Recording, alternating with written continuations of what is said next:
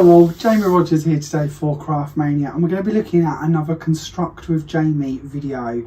If you haven't yet found these on our YouTube channel, there's quite a few of them now in the series, showing you all different constructions to do with your paper crafts and your card making.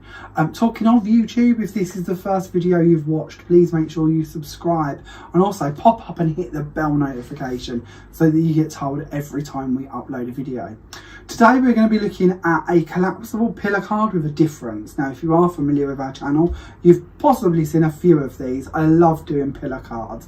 A pillar card, if you've never heard that terminology before, usually means it consists of pillars which are completely collapsible. This card in particular is one that features on our video as well, so you can have a look out for that one as well if you wish to. But what I wanted to do slightly different to our standard pillar cards, which start off with basically a pillar of card or a tube of card, which is collapsible, is actually make a way for my card to appear from the middle of it, instead of having to be glued to the back of it or to the front of it. So it's very easy to do, and we're going to be talking about measurements to do that shortly, but these are a few of the examples I've already finished. We're going to be giving you today the measurements to make the big one, but also at the end of the video give the measurements to make the small one. But to be truthful with you, there are hundreds or endless, not even hundreds, endless options about sizes and proportions of the panel that we put into the middle, the size of the actual pillar itself, and then ways that we could layer them and decorate them and bits we could do with them. To give you just one idea, for instance, you could bring in the small pillar and you could glue that onto the large pillar that we're going to give you measurements for, and you could start building up scenes. These panels could be smaller, or you could, of course, if we turn that over upside down, we could glue them so they start coming out in different directions on each pillar. It would still all collapse down flat, it just means we would have a larger area to deal with. So with these ones talking about collapsing them down flat, once again, a bit like the pillar I showed you a second ago, when we lay this down, we can simply collapse the pillar so we can then pop it into our envelope or our box, depending on how many decorations and how high they are. With this one, I've used some of my canvases. We've also got some of our layered carnation dies on the front here, so it's a bit more bulky than you might want a little box to pop this one into. But it's certainly going to be easier and smarter to make a box to that height and dimension than one that needs to encompass this big pillar. And yet when your recipient receives the card, they can then pop it up and have that dimension and that effect going on. Now, not only have we used our canvas dies, or my canvas dies on this one, I've also used quite a few of these with my tea bag folding dies. So we have some of those on the other three around here. You're also seeing quite a few of the pages from my paper pads, which are the Tranquil Garden paper pad and the Tranquil Shades paper pad, if you like the look of those. And you might even spot some of the stamped sentiments as well as the tea bag folding stamps, which you'll find under the Jamie Rodgers collection. So lots for you to go and look at if you've just discovered us. So what we're going to do is we're going to be talking about one of the biggies, and as I said, we'll go on a little while later to talk about one of the small ones. So what we're going to do is we're going to bring in some pieces of card. Now, I have already scored these so that they are ready to work with. If you grab a pen and paper at this point, I'm going to tell you need a sheet of card to make the pillar to this dimension, and it needs to be 8 1/4 inches by 10.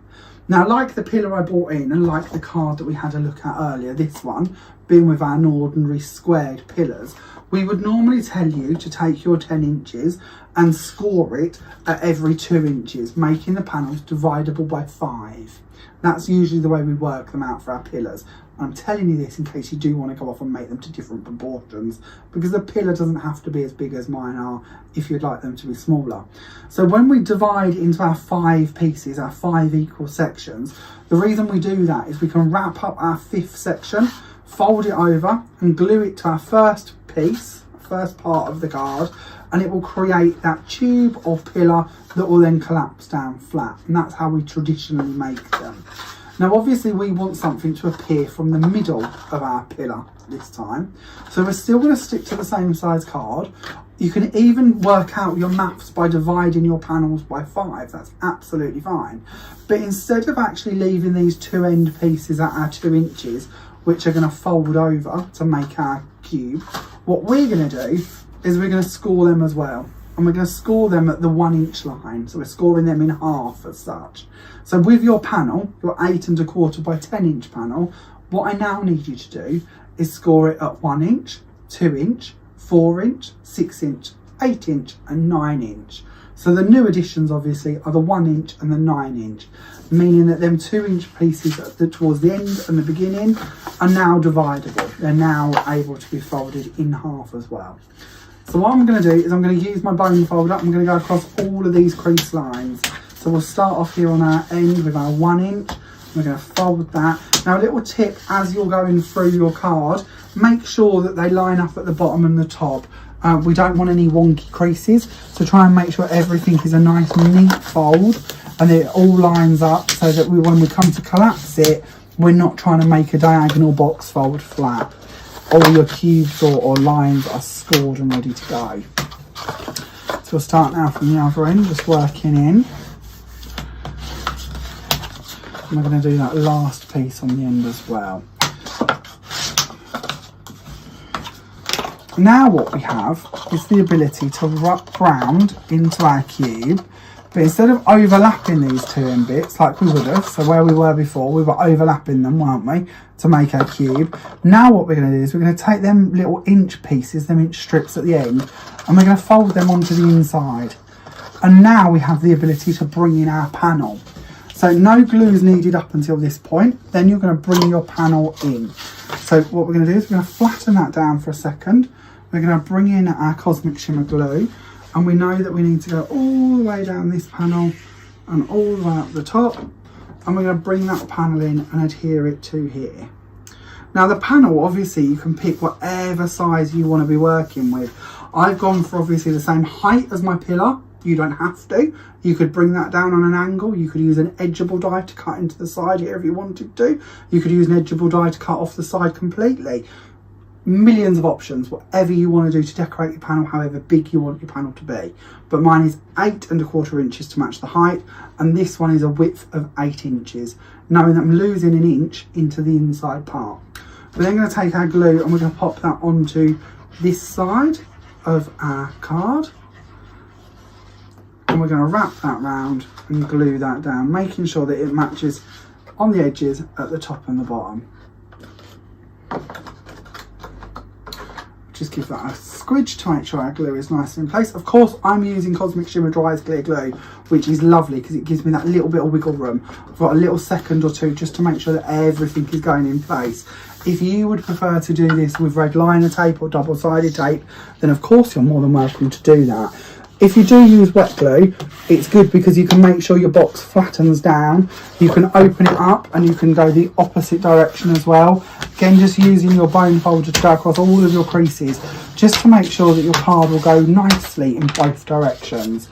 And then when your recipients received it, they can then stand it up, build their cube to the side there, and you have your building ready to work with, or your card blank ready to work with. Now I'm using Foundations white card, so this is a slightly lower GSM than you might wish to use for construction, but actually in honesty, because of we've got this big support on the side here, we've got this tower coming up here, we've actually, you know, we're fine. It's not a flimsy card. This would take quite a lot of embellishments and work, as you can see when we start adding on our tea bag folding elements and our mats and our layers. It's really going to give it quite a lot of core strength to work with. So that's how we're going to build our big version. Exactly the same for the small version, obviously, just slightly different measurements. So I'll show you one of these instead. So exactly the same, we're just shrinking down the height. We're going to go down to our 6 by 10, so still maintaining the same width, but going down to 6 inches in height. For this one, we would score it exactly the same. 1, 2, 4, 6, 8, and 9. And then we can fold it in exactly the same way as we just did that one. Again, don't forget to use your bone folder when you're doing this at home so that your creases are nice and in place. And then your cardstock will then remember where it's going and what it's doing and why it's doing it. But it will fold round to make our cube. And then we can bring in our panel. For this card, I would use a 6 by 7 and glue that together. Now, obviously, using a 6 by 7, we're going to lose an inch into our cube, which means we're left with a 6-inch panel to work on and decorate, which is quite a nice size to actually be decorating onto. And obviously a little bit smaller than the one we were working with here. Once again, we could show you how we could layer these, I'll build them up and bring in different elements to them. They really are one of them things I'd like to think you're going to have fun playing with and fun creating with, and something you can make a lot of different versions of. If you do, I would love to see them. One of the reasons I love to share my ideas with you, or the biggest reason I love to share my ideas with you, is because I hope to see what you create with them. I want to see your interpretations. I can see what I can do. That's boring. Is what you can do I can't see. So if you would like to share them with us, please do. We have a closed group on Facebook. Now what that means is nobody else can see what you share. So if you're sharing Aunt Edie's birthday card for next week, Aunt Edie can't see it. It's behind a closed group, so only the people in the group can see it. So just check Aunt Edie ain't a member. But if she isn't, then you're fair to share and nobody will know that that card is in there. The group in question is called Create with Craftmania and Jamie Rodgers. It's ever so simple to join. Just click the button, answer a couple of simple questions, follow the rules and share as many projects as you'd like with us. We'd love to see them. Everything I've been talking about on today's video, from the papers, the tea bag folding, the layering, the scoreboards, the cardstock, the glue, everything we've spoke about is of course available to you through Craftmania. And you can find us online at www.craftmaniacrafts.com. If you live in the UK, your P&P is completely free anytime you spend over £5. If you live internationally and would like to shop with us, that's no problem at all. Just check out the customer service tab at the top on the menu bar and have a little look at international shipping.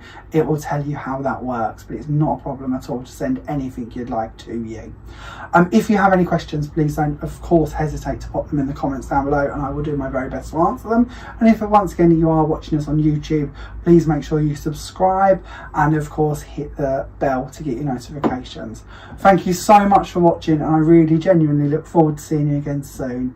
Bye for now.